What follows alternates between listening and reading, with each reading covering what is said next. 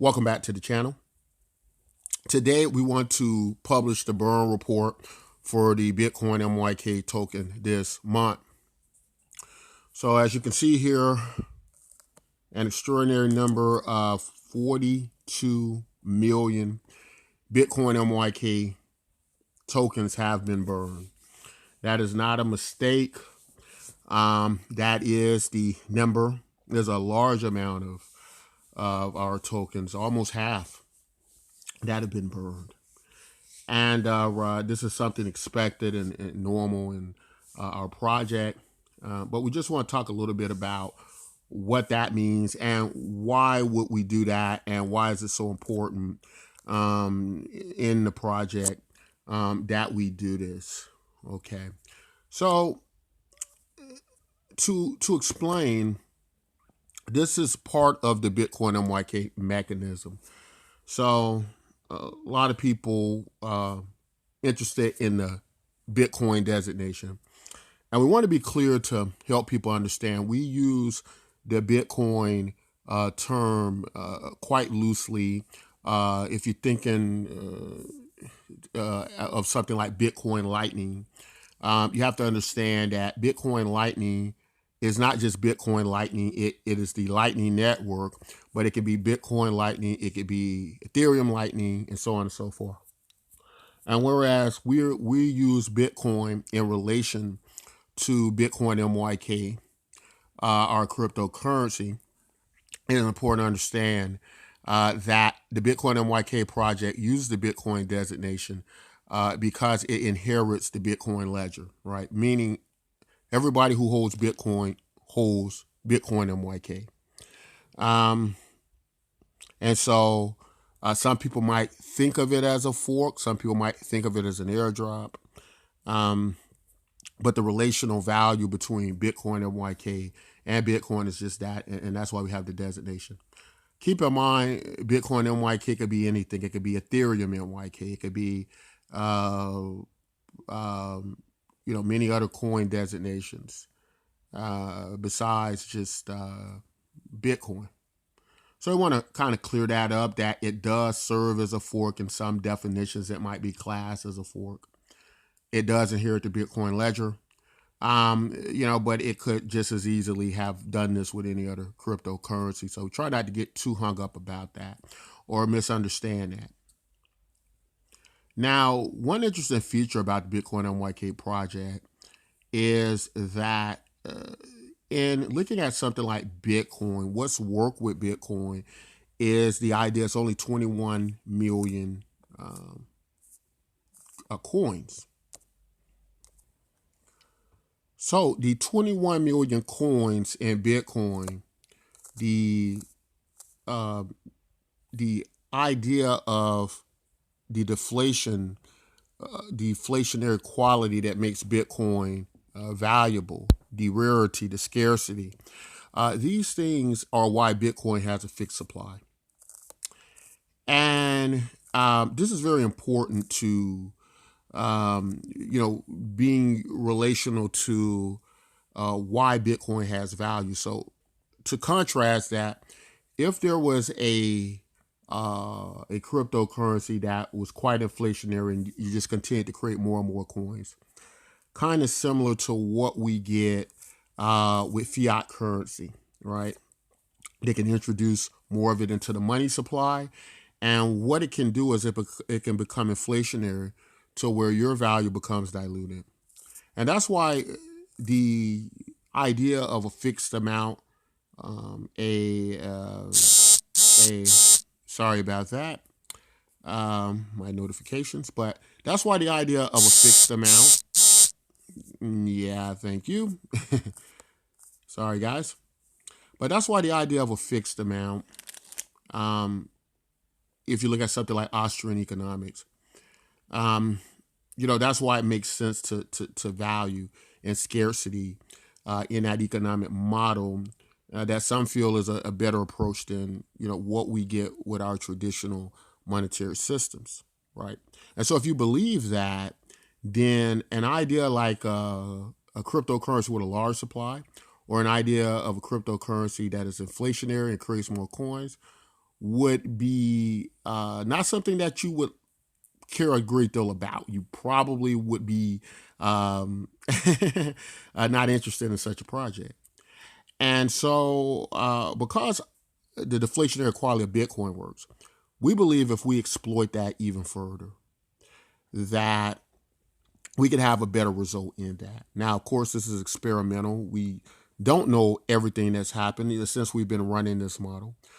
We've actually had things introduced in the model that was something that hadn't been factored in, things that have occurred that we didn't expect. We're going to talk a little bit about that as we go on. But if you believe in the model of deflation, then a project like this, and while we're burning so many cryptocurrencies, will probably make a great deal of sense to you. Keeping in mind that as we're burning against the entire network, per se, it really doesn't matter. It's like if you were to take a house and you were to compress the house. Let's say the house got smaller and smaller. And let's say you owned a wall in the house. It's 4 walls in the house, and we gave you a wall. No matter how much we compress that home, you'll still own that one wall, right? So even though it would seem that it's less, you will still occupy the same ownership of that home, right? So in looking at it like that, nothing really changes until you include the factor of if you were in this dimensional space where you could opt out of one, you could move from one to the other, right? You could be in one and you could take advantage of when the house was at a bigger size, and then although it's the same house and you own the same percentage of the house, through this dimensional whatever, there's a change in the size of the house, right? But there isn't really, right? You're just kind of taking advantage from it from another dimension. We call that dimension time. And what do I mean by that? Well, it means that if you were able to generate more tokens yesteryear, then today you would obviously have more in this space, even though the network itself would have reduced overall, right? And that's just a simple way of saying that if you have more tokens yesterday, and you still have them today, you're still gonna have more tokens, right? But not to get too confusing with this or go too far off. The bottom line is, the size of the network and the amount of cryptocurrencies don't particularly matter within themselves. But of course, what we're finding with these type projects is basically that there are many other dynamics that play into this that could change the verdict on certain ideas and perceptions of the value of this project. We oftentimes forget to include psychology into the marketplace. And what do I mean by that? Well, logic and math is generally calculated in supply and demand. But the one thing that we cannot calculate is human behavior, right? We cannot calculate what will make a person make certain decisions. Anything could cause it. When in the paradigm of the situation they have within a cryptocurrency market, maybe someone could be holding a certain amount of cryptocurrencies, and maybe something comes up. Maybe they have to leave the market. Maybe they have to remodel a kitchen. Maybe they just had a baby. Maybe they're getting married. And even, whether it's a good investment or not, it may cause them to sell the cryptocurrency at prices that are discounted. As to say now that they've made a decision out of logic and math, so to speak. As to say, maybe you would have kept holding the token if it was going up in value. Then somebody just starts to dump the token. There's nothing that can really counter those factors, and we can only include them into the equation. So it's hard to make very good models of what happens with this. But we can point you to the model of bomb token, which was trading around 30 cents when it first started, went from 30 cents to $14. Using a similar method, where the transactions reduce the token supply. So every time there's a transaction, the cryptocurrency is burned, and it's burned in direct relation to the transactions.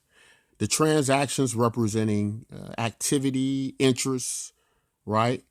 Attention value, all these things folded up into one, and then the supply being reduced to create that scarcity and rarity psychologically. Now, adding that component into the market, we believe will give certain favorable conditions. We don't want to use words like expecting returns or anything like that, or expecting some kind of profits, because of the utility of the project, because of we believe it being more like a Bitcoin fork, and Bitcoin was declared not to be a security. And to be a security, you have to really get into the idea of expecting a profit.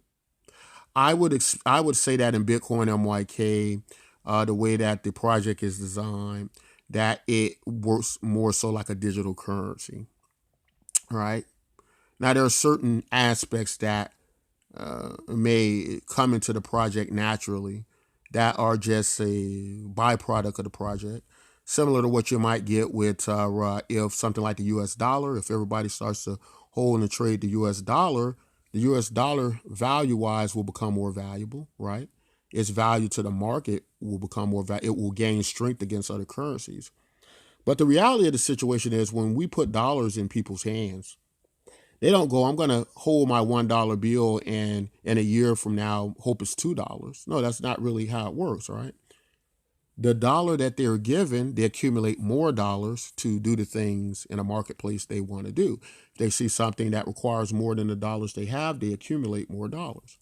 I would like to think we're more like that and not along the realms of a security. But with this model, it's possible that some people might think it's a profit gaining model in that way. And the data, we'll just have to look at the data and research, and we'll have to see what happens with that. But from this point, we're seeing some interesting results. We're seeing things we haven't factored in, but we're also seeing things that make a lot of sense. So what we're looking at now is much like Bitcoin, where you have miners and you have this decentralized network, we have miners as well. But these are what we call simulated miners. And they serve the same purpose of miners, right? As far as distribution of the network, as far as keeping the network decentralized. I guess the only thing simulated miners don't really fulfill is the security aspect. And that's something we don't have to really worry about because we piggyback as a universal bridge cryptocurrency off several chains. And if you're a little bit in the dark about that, maybe this is your first time watching this video, you can look in our white paper. It'll be here in the menu. But what these miners do is what the Bitcoin MYK project has attempted to do.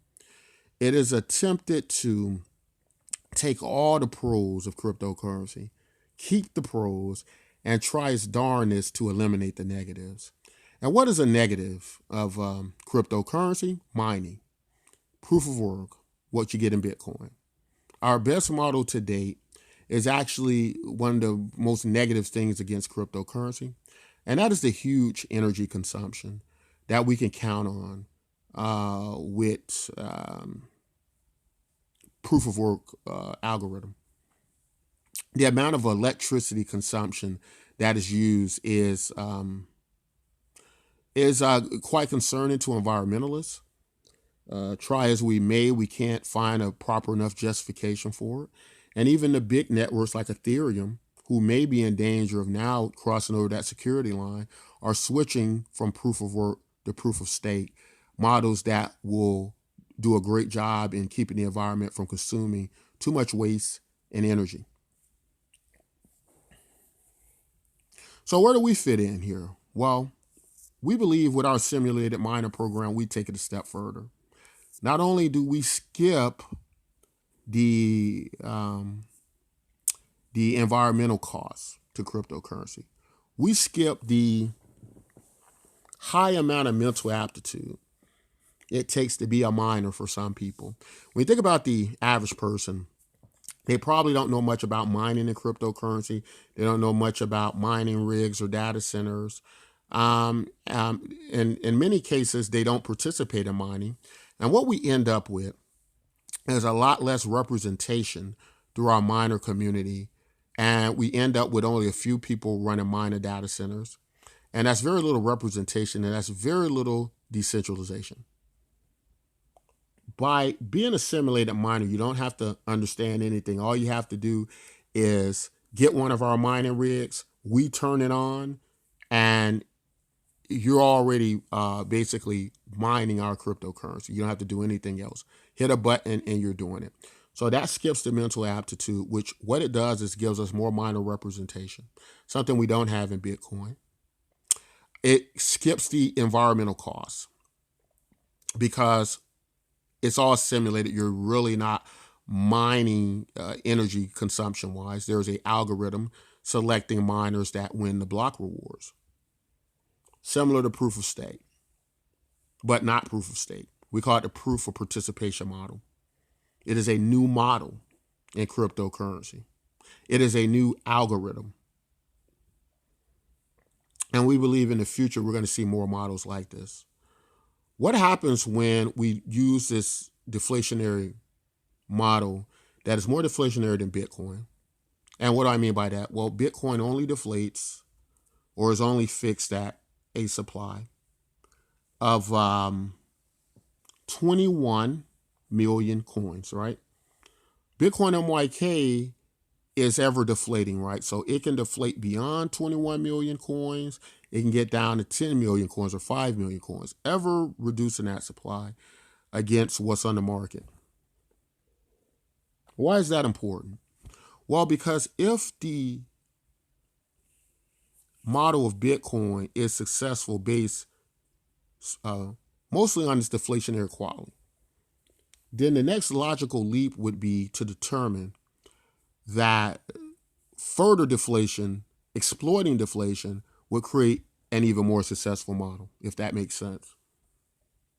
So by the project being linked direct to the transactions in the burn rate, as that happens, the miner rewards through our simulated miners every day reduced by the amount of burn, or every month rather. And so we've just had a burn that has created a mining rate of about 36 of our tokens per day. It was at 78.15 and it's went now to 36.15. Start at 100 tokens per day. And it's going to ever get lower to meet the burn and deflation rate, to meet that quality. And if we're correct, then what is happening is we're creating a valuable product, hopefully, that is being contained into a limited supply. And the people who have these cryptocurrencies from yesteryear hopefully will have more opportunity tomorrow. So it's a very interesting idea, right? It's a very interesting idea, but this is also a very utilitized token. You know, meaning it could do several things on the platform. It could be used for advertising. It could be used to tip, listen to music, play games. And so there are many very interesting things you can do with this cryptocurrency. The mining rigs now are reduced to 3,615 Bitcoin MYK tokens. There's a large reduction. It's about almost 50% of, in fact, it's over 50%. So that's over a 50% decrease in the mining rig. And it's over a 50% drop in the amount of cryptocurrencies that go out a day. So these are very exciting times for us as we get a chance to look at the dynamics of what this very interesting model can do, the proof of participation model. And if you haven't tried it yet, we hope you will. If you believe that deflation, or if we were to have a head-to-head of deflation versus inflation, I think at the end of the day, it's going to come down to which one do you believe is more opportunistic? Which one do you believe works better in the end?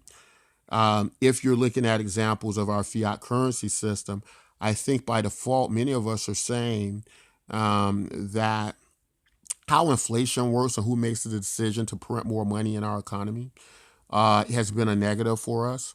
And I think many of us do lend ourselves then over to more of an Austrian economics angle of fixed supply economics, right?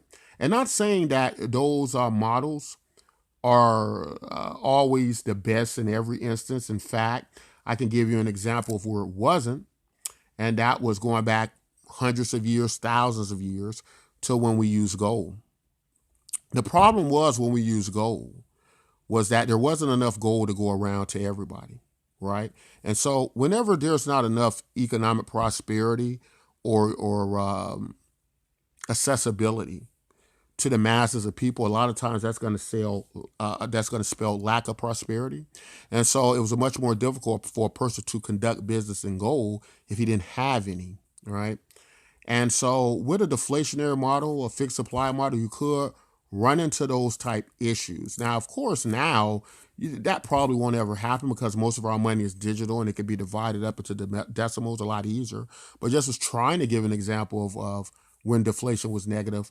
My personal opinion is that it's going to always trump inflationary projects.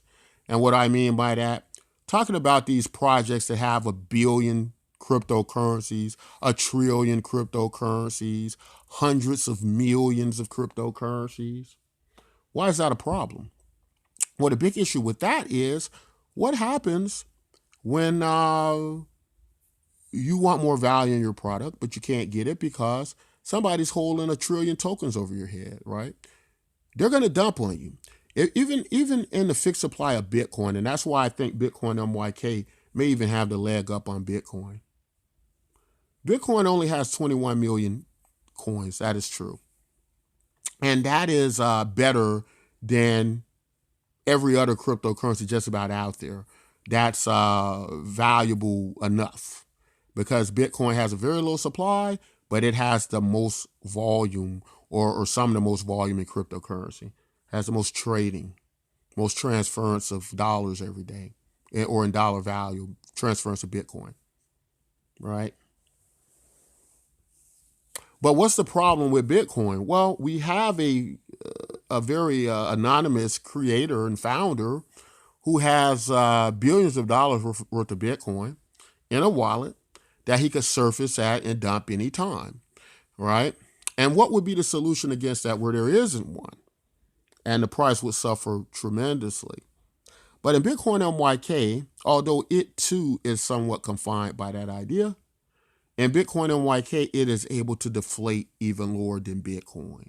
And we invite you all to read our white papers on how that works and why we believe a model like this with the simulated mining and with the idea of a even more so deflationary Bitcoin, how this could be more advantageous in the future. But that's all I want to bring you in the mining report. If you haven't joined our project yet, be sure to check it out. You can register. You can start earning our tokens free just by joining, just by participating. And if we're right about our model and if it does work, you might be in a similar situation to what early Bitcoin was like. If we're right, and of course, if we're wrong, then you've probably only lost just some time here. But that's all I want to say in the video. If you like content like this, don't forget to like and subscribe. And until next time, take care.